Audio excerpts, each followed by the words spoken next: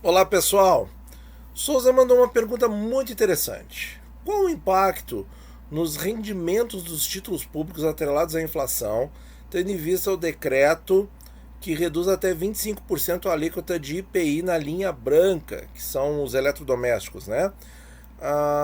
Haja vista que os preços do segmento representam 23% do IPCA, né? Aí o nosso amigo intergaláctico aqui deu uma resposta muito boa que eu vou reproduzir aqui. O objetivo do decreto foi incentivar a atividade industrial, eu acho isso muito positivo, tá? Uh, e aí que tá, né gente? Economia, PIB patinando, né? PIB tendo a ficar no zero. Então, por isso que eu não vejo tão ruim para a inflação isto. Quer dizer, vai fazer o dinheiro ficar mais na economia real, na economia produtiva, o que é bom, certo? No entanto, a boa possibilidade. Ah, não, desculpa aqui. Ó. Eventualmente poderia contribuir para a redução dos preços, na medida que pode aumentar a concorrência nos segmentos beneficiados. No entanto, há boa probabilidade de que na prática haja mais uma recomposição das margens de lucros do que uma queda nos preços. Assim, o impacto no IPCA tenderia a não ser de magnitude tão expressiva a conferir. Concordo com isso, mas eu tenho uma visão mais positiva, tá? Eu tendo a ver mais positivamente as medidas que estimulam a economia real, a economia da produção mesmo, certo?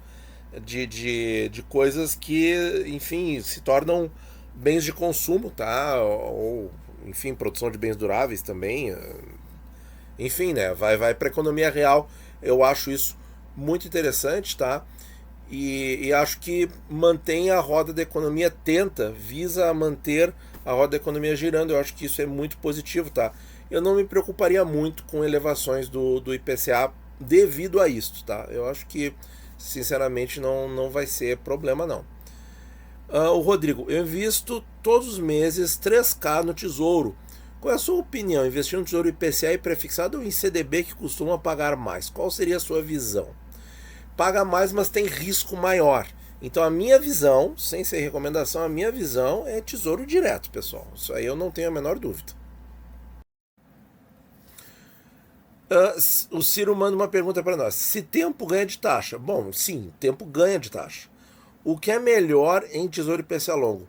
Aplicar atualmente uma quantia considerável e esperar, ou pegar a quantia considerável e ir aplicando ao longo do tempo em várias partes? E que tá, né? É que a gente não adivinha as taxas, né? Eu acho assim, a gente faz o nosso aporte constante e constante e frequente, certo? E quando as taxas começam a subir, elas ficam nesse patamar mais elevado, a gente tenta investir um pouco mais, tá? Quanto a ter sei lá, recebeu aí uma quantia boa de, sei lá, uma herança, vendeu um carro, sei lá. Então entrou um dinheiro maior. Divide em alguns aportes, tá? Você estabelece 3, 4, 6, tá? Pode deixar o dinheiro esperando em Tesouro Selic, que hoje em dia não tem mais tanto problema quanto quando a Selic era 2. E eu acho que é bem mais tranquilo isso do que de repente aportar tudo de uma vez só e se comprometer com aquela taxa, né? Você fica ali preso àquela taxa, uma quantia mais alta do seu patrimônio, certo? Então isso vai distorcer por algum tempo a rentabilidade da carteira, vai distorcer mais a rentabilidade do que se você fizer os aportes fracionados e esperar um pouquinho em Tesouro Selic não faz mal para ninguém com as taxas de hoje, certo? Então, eu faria isso, tá? Mas você tem que dar uma pensada aí e ver o que é melhor para você. Aqui, pessoal, nós temos a pergunta do Wagner para renda, tá? É, por exemplo, eu gostaria de receber R$ 2.000 mensais, né? Não, R$ 2.000 a cada 3 meses nos especiais com juros. Ah, não são mensais.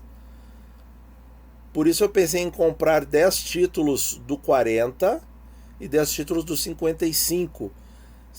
Então, olha só, mais ou menos, tá? Pra gente fazer isso de cabeça, mais ou menos é R$ 100, tá? Claro, o bruto é um pouco mais do que isso e o líquido é um pouco menos, tá? Mas por título é mais ou menos R$ 100 que você recebe de 6 em 6 meses, tá? Então vai receber, ó, com 10 títulos do 40, ano par, então vai receber 1.000 em fevereiro e agosto e dos 55 mil mais 10 mil em maio e novembro. Será que no início, onde o imposto de renda seria pesado, eu conseguiria receber esse valor trimestral de 2K? Teria que ser com 20 títulos, tá? Não, aí vai ser bem menos, né? Porque é 22,5 no primeiro, 20 no segundo, depois fica um ano a 17,5. E após o segundo ano, então no quinto recebimento de cupom, é que você vai pagar a alíquota de 15%, tá? Então teria que colocar um pouquinho a mais, teria que colocar quanto a mais? Exatamente a alíquota do imposto de renda. Então coloca 20% a mais. Então já não vão ser 20 títulos, vão ter que ser 24 títulos para você receber de forma líquida isso, né? Já desde o primeiro cupom. Acha um bom investimento pensando em industrial da renda? Acha um bom investimento, certo? Mas tem que ser um pouquinho mais, infelizmente, tá? E por que é exatamente o que o ET explica para nós aqui, tá?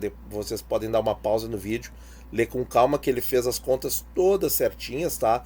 Não fez dessa maneira simplificada que eu tô falando. Mas o que deve ser o seu norte, assim? Pô, mas se eu investir no fundo imobiliário, vai pagar mais. Se eu investir no pré-fixado com juros, vai pagar mais. Sim, mas o que a gente obtém em troca do Tesouro IPCA? O que sendo tão caro, eu obtenho de volta? Eu obtenho a segurança de ter o VNA corrigido pela inflação e todos os cupons corrigidos pela inflação. Isso é o que ele me dá em troca, certo? Por isso que ele é mais caro, certo? De novo, pessoal, é a velha relação risco-retorno, tá? O retorno do Tesouro IPCA com juros é mais baixo que do pré-fixado com juros e é mais baixo que dos fundos imobiliários. Por quê? Porque ele tem menos risco. Então ele vai te pagar menos, naturalmente. Mas olha só, você tem o melhor dos dois mundos, porque você tem um aumento do seu rendimento semestre após semestre conforme a inflação e também o VNA, que é o que ele vai te pagar lá no fim. Claro que você vai ter que pagar imposto de renda, infelizmente, mas você vai ter isso corrigido pela inflação. Já no pré-fixado, nada é corrigido, não sobe a renda, mas também não cai. E no fundo imobiliário, dança conforme a renda variável, dança conforme a bolsa, certo? Então, a partir do momento que um fundo imobiliário paga um pouco mais porque recebeu mais aluguéis ou comprou bons CRIs, etc., a cotação vai subir, certo? Porque mais pessoas vão ver aquele fundo pagando bem, vão lá e compram e aí a cotação dele sobe. Quando ele tem um mês que paga menos, ou que ele faz emissão, ou que dilui, enfim, qualquer coisa, ou que ele não pagou muito bem porque o inquilino saiu, ou porque um CRI deu problema, aí cai a renda, cai o preço, certo? E você acaba não tendo aí a reposição da inflação, certo? A não ser que você compre mais cotas, né? Então, mas ele vai te pagar proporcionalmente mais que o Tesouro Prefixado, em alguns casos, né? Não são todos também, porque os fundos de tijolo nesse momento perdem para o Tesouro Prefixado em termos de renda proporcional, tá? Não estou considerando valorização futura do imóvel, isso é outra questão.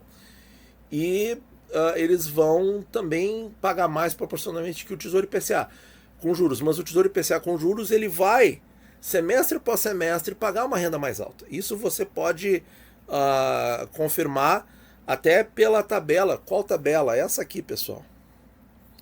Quando a gente vai aqui no histórico do Tesouro, ó, tabela de valores nominais. Quando você baixa esse arquivo, você pode ver ali, tá, e calcular 2,95% dos valores que estão ali em cada mês, tá, para fevereiro e agosto. É o que os tesouros de ano par pagaram, e para maio e novembro é os que de ano ímpar pagaram, tá? Aí tem 35, tem 45, tem 55. No Janupar tem 26, 30, 32, 40, 50, certo?